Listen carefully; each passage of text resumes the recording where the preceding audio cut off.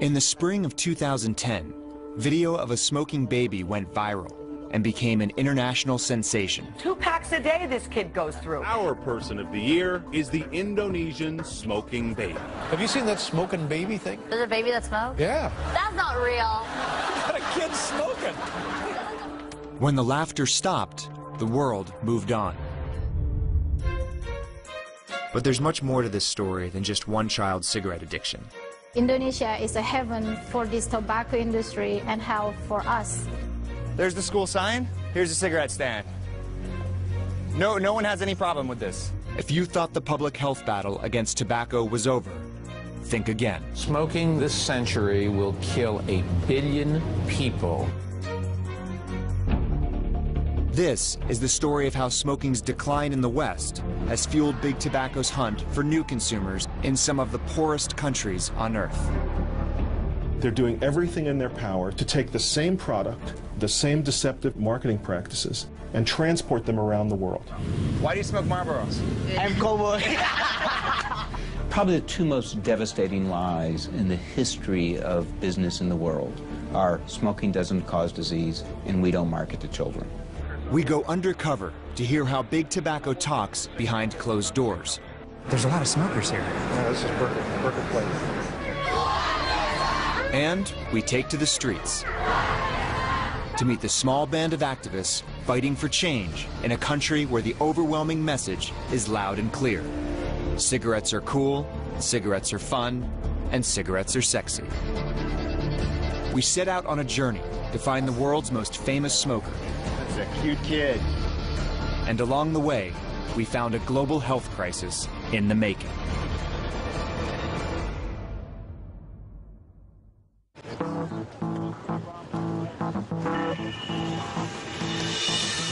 In Times Square, in the heart of New York City, you find advertising for just about everything. But there's one product that's conspicuously absent from the bright lights and flashy billboards. Cigarette advertising has been all but snuffed out in the United States. Yeah, can I get back a Marlboro Reds?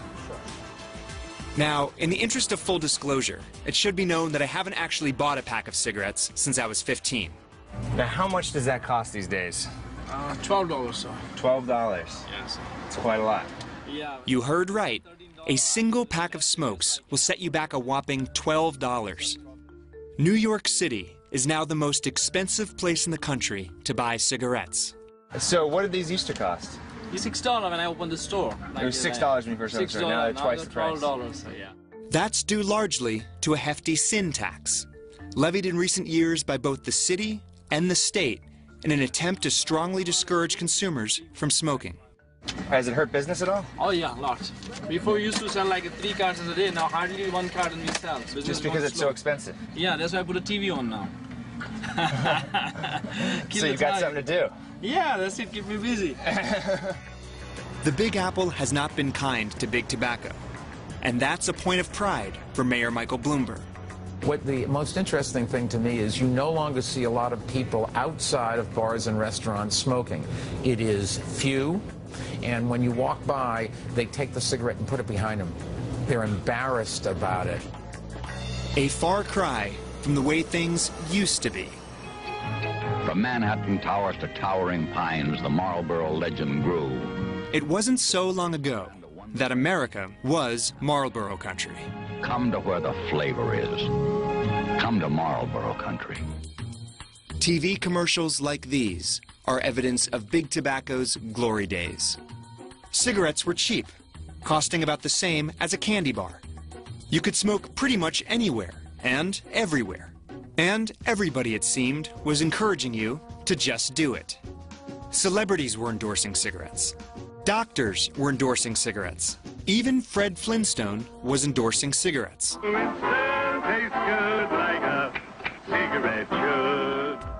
In the early 60s, nearly half of all adults in America smoked.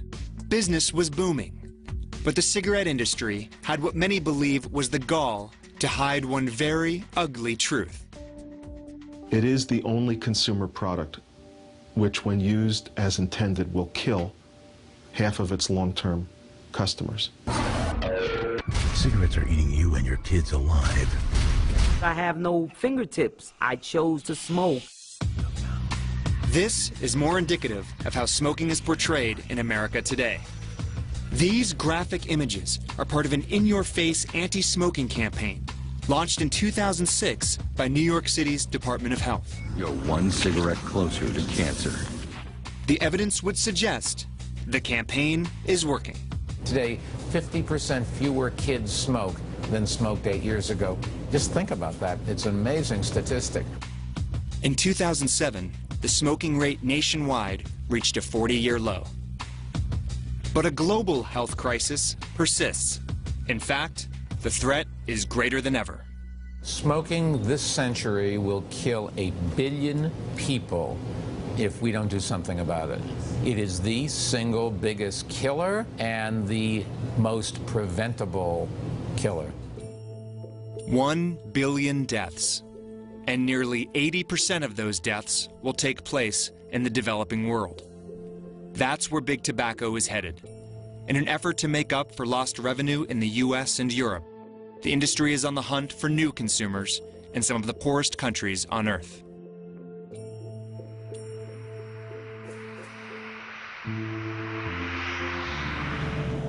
For a Westerner like me, stepping off the plane in Indonesia is in some ways like stepping back in time.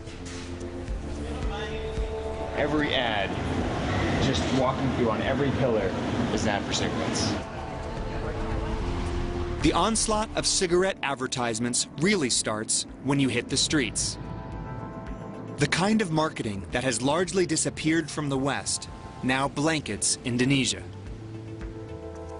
In my hotel room, I turned on the TV, and for the first time in my life, I saw a cigarette commercial. And then I saw dozens more. Ad after ad, tying cigarettes to images of independence, adventure, and most of all, youth. The ubiquity of cigarette ads is not limited to the capital city of Jakarta either. Just going down the road here, there's no escaping it. It's everywhere. Even on the dirt roads of the country's many rural villages, it's the one aspect of the Indonesian landscape that remains constant. Hampir 99% penduduk kita sini perokok. Rudy Baihaki works for Child Protective Services in Sumatra, the same island that this little guy calls home. The infamous smoking baby. 40 cigarettes a day. You know what would get the kid to cut back on cigarettes? It's a lesser-known treatment called don't give him any. While many saw humor in 2-year-old Aldi Rizal puffing away like an old pro, Rudy was horrified, and he headed straight for the village where this video was made. What was your initial reaction when you first saw Aldi smoking? Kesal, marah, campur aduk lah semua.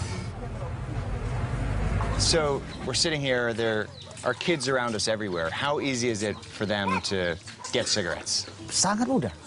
Too easy. Too easy. Sangat mudah. Dek, belikan rokok sana, Dek. Mil ya, Sampurna Mil.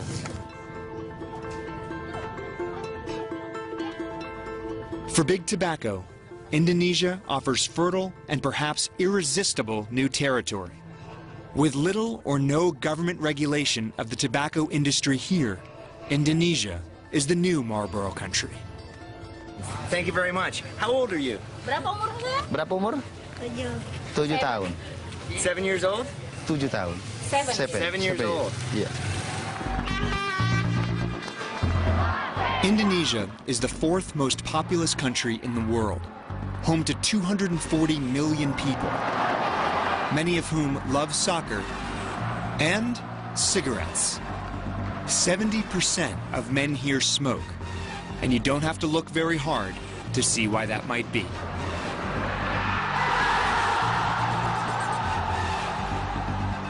In a country where soccer is king, the nation's professional league is officially sponsored by Jarn, one of the nation's largest cigarette makers. And that's just the beginning. So if you can see, this is one of the busy streets in Jakarta, and this is a huge banner of promotion.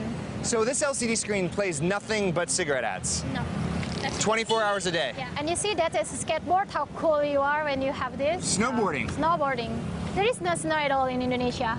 There's not even snow here. And this is for the concert, so they fund the concert. Flow rider, interesting. Yeah. So there's a flow rider event that they're sponsoring. Yeah. If it is not for young people, so who it is for? Ida Rama grew up in a poor village outside of Jakarta. The first time she ever saw a warning about the dangers of smoking was as a 20-something grad student in Australia. As just one in a small band of tobacco control activists, she faces an almost insurmountable task here in Indonesia.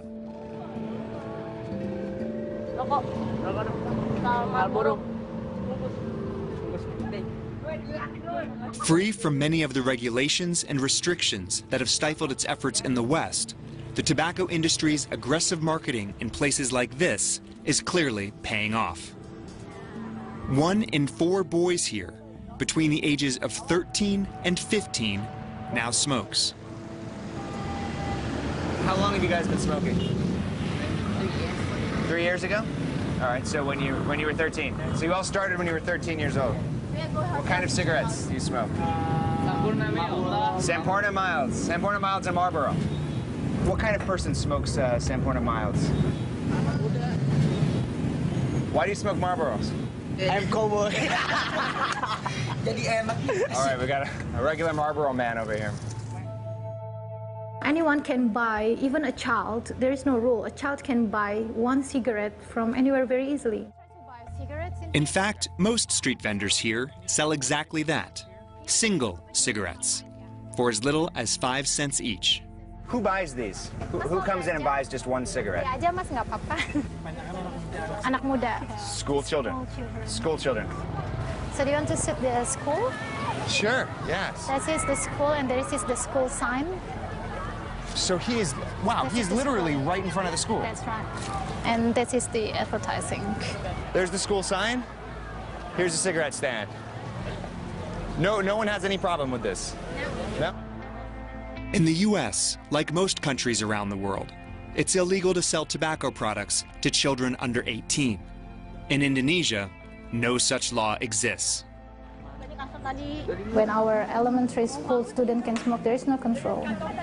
When a 5-year-old boy can smoking, there is no control. When babies can smoking, it means there is no control. We have to do something.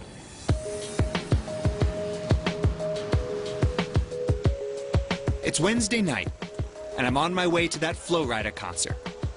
Thousands of teens have flocked to a sold-out stadium. Cigarette advertising is everywhere. You want to buy my cigarette? Hey, hey, hey, hey, hey! You gonna make some noise! On stage, American rapper Flow Rider is tearing it up.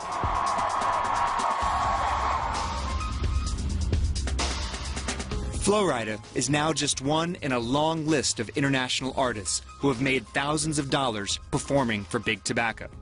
The Black Eyed Peas, Smashing Pumpkins, Muse, Slash, they've all played shows in Indonesia paid for by cigarette dollars. Tidak boleh menampilkan anatomi barang rokok. Sekarang iklan rokok apa? Yang dijual emosi. This man could be called the Don Draper of Indonesia. These days, Mosley, who goes by just one name, teaches advertising at a local university. But for years, he worked for American tobacco giant Philip Morris, running its Marlboro ad campaign here in Indonesia. Big cigarette company, they always think that government sooner or later will come up with new regulation, okay? So they always anticipate from the beginning by doing investment to the young one. Be aware of the brand. Yeah. And be addicted to nicotine. Yeah. 20 years ago, in the U.S., in response to increasing public pressure, Big Tobacco promised to stop targeting minors, even saying goodbye to 2 of its most beloved mascots. Gone was Joe Camel, a cartoon-like character accused of subversively targeting young consumers. And, perhaps most striking, after more than 40 years of service, Philip Morris retired its iconic Marlboro Man. Mosley is frank, though, about who the industry continues to target